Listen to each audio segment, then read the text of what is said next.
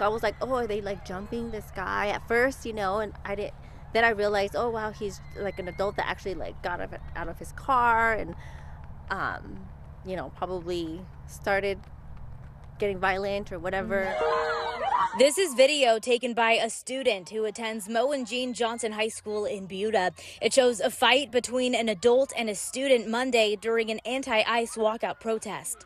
A full-grown adult on a young high school girl is a lot of power to overthrow, and so it took enough people around finally to get him off of her. The fight happened during a string of student walkouts across Central Texas to protest immigration and law enforcement operations Monday. We know we have students in our schools who have had family members disappear. So, of course, they are engaged. Tonight, Buda police announced they'd arrested 45-year-old Chad Michael Watts from Kyle in connection with the fight. Investigators say he was the primary aggressor, and he's been charged with 2 counts of assault causing bodily injury. I thought that was crazy. Yeah. That, an adult would go and get out of his car and cause violence. CBS Austin reached out to Governor Greg Abbott's office for a statement on this incident. His team referred us to this ex-post the governor made about 2 students being arrested during a walkout protest in Kyle Monday. He writes, disruptive walkouts allowed by schools lead to just this kind of chaos. Schools and staff who allow this behavior should be treated as co-conspirators and should not be immune for criminal behavior. This afternoon, the Texas Education Agency released guidelines on student walkouts, noting students must be marked absent and schools risk losing daily attendance funding if they allow or encourage students to walk out of class.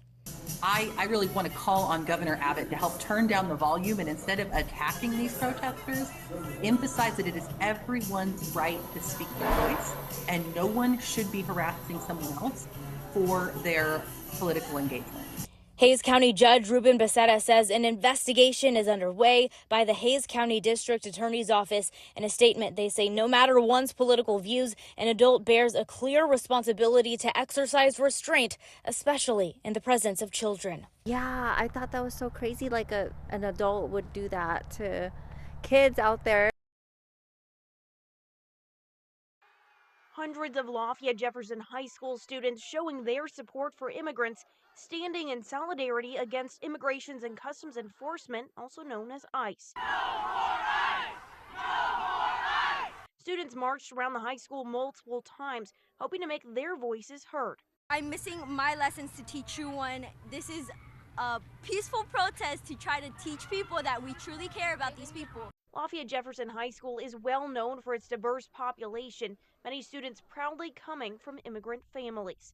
Senior Giselle Garcia says standing up for what she believes in matters, no matter her age. Since she recently turned 18, she hopes to cast her vote in future elections that represent her beliefs. Older generations think that we can't do anything, but we are the ones who have to live with the consequences of what the older generations choose, and that's not fair. My family can't speak up for themselves, but I can. I have a voice and I'm going to use it. And this is my home. As much as I am very disappointed to see that we've gone to this point, but I believe that there is change. As high schools across the country are protesting ICE crackdowns nationwide, Lafayette Jefferson High School students are joining, they say, to stand up for the friends they've seen impacted. Another student says she's not just speaking out, but on a path to a career helping immigrants. I am actually studying to be an immigration lawyer and going down to IU Indianapolis and majoring in criminal justice. I'm actually really proud of everybody that's coming down over here. Indiana Lieutenant Governor Micah Beckwith shares his input on the protests happening at high schools across the state. I love the fact that students are passionate, right? Like they obviously have a voice and they should be free to share their voice. The question though becomes is it appropriate that they do it during school hours? But we see a lot of schools that are really just saying, well, we don't have a choice. We gotta let them do it. And I just disagree with that. The 8 hours that they're in school, they need to be studying, they need to be educating. That's what our tax dollars go towards. But to these Lafayette Jefferson students, they say it's important enough to miss a portion of one day of school, a cause they say is worth fighting for. They're the ones with the guns, they're the ones with the tasers, and we're not supposed to be afraid. You guys are supposed to protect and serve, and we're the protecting. No more ICE! No more ICE! At 2:30 p.m., students from Acalanes High School marched from the campus to the street protesting federal immigration enforcement activities across the country. I think it's incredibly important in a time like now to show our solidarity as a community and across the nation for the people affected and against this authoritarianism. Miles Du Bois, one of the student leaders who organized this event.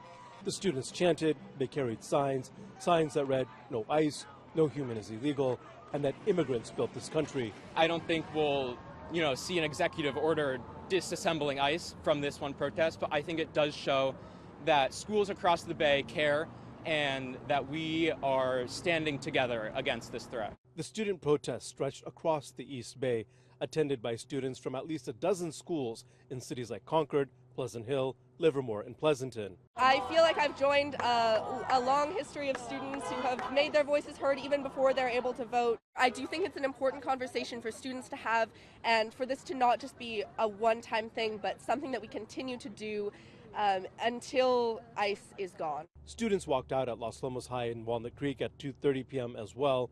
Earlier in the day, around lunchtime, they marched at Miramonte High in Orinda and also in schools in Hayward and Fremont.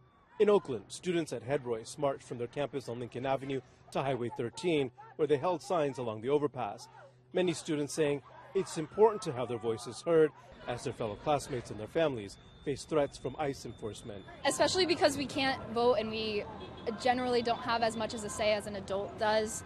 We really just want them to feel our outrage and to understand that we are the future of the world that they are creating right now, and we want to make sure that they know that we do not stand for this injustice.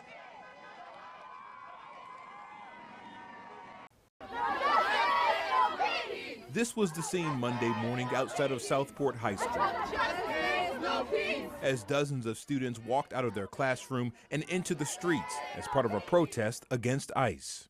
It's tragic. People are being taken away from their homes and being ripped apart from their family. Junior Zed Osalum, Ava Miller, and Derek Stanley were among the dozens who participated. I did this because I really wanted to see a change in the society, and I knew that that wasn't going to happen through working through the system. I knew that we needed resistance, and I thought this was the best way to do it. But what they didn't know was the trouble they would get in for walking out of class. I was very disappointed to hear that the disciplinary action was suspension. I feel like it was very uncalled for, and to a degree, I understand that there needs to be consequences. That comes with protest. You can open your history book and find that. But suspension seemed like a little bit of a reach to me. The students say they're now facing 1 day of out-of-school suspension. 13 News obtained emails sent out to parents from the high school principal. The first email went out shortly after 11 a.m. saying that the students would just be marked as unexcused for the day. But later Monday night, the principal sent out another email saying there was, quote, a clear line between expression and endangerment. It also went on to say that students who left would face consequences in accordance with the student handbook. We looked at the handbook. It didn't say any specific consequences for it, so it was very much just a lot of rumors circulating, and we never really got just a fair explanation or just a chance to explain ourselves or anything like that. While the school believes stepping out of class was wrong, these students tell me they don't regret it. It's a privilege to be able to use our voice, and we're going to use our privilege in any way we can for those who can't speak out. So as long as we have that First Amendment right, we're going to keep doing whatever we can to show that.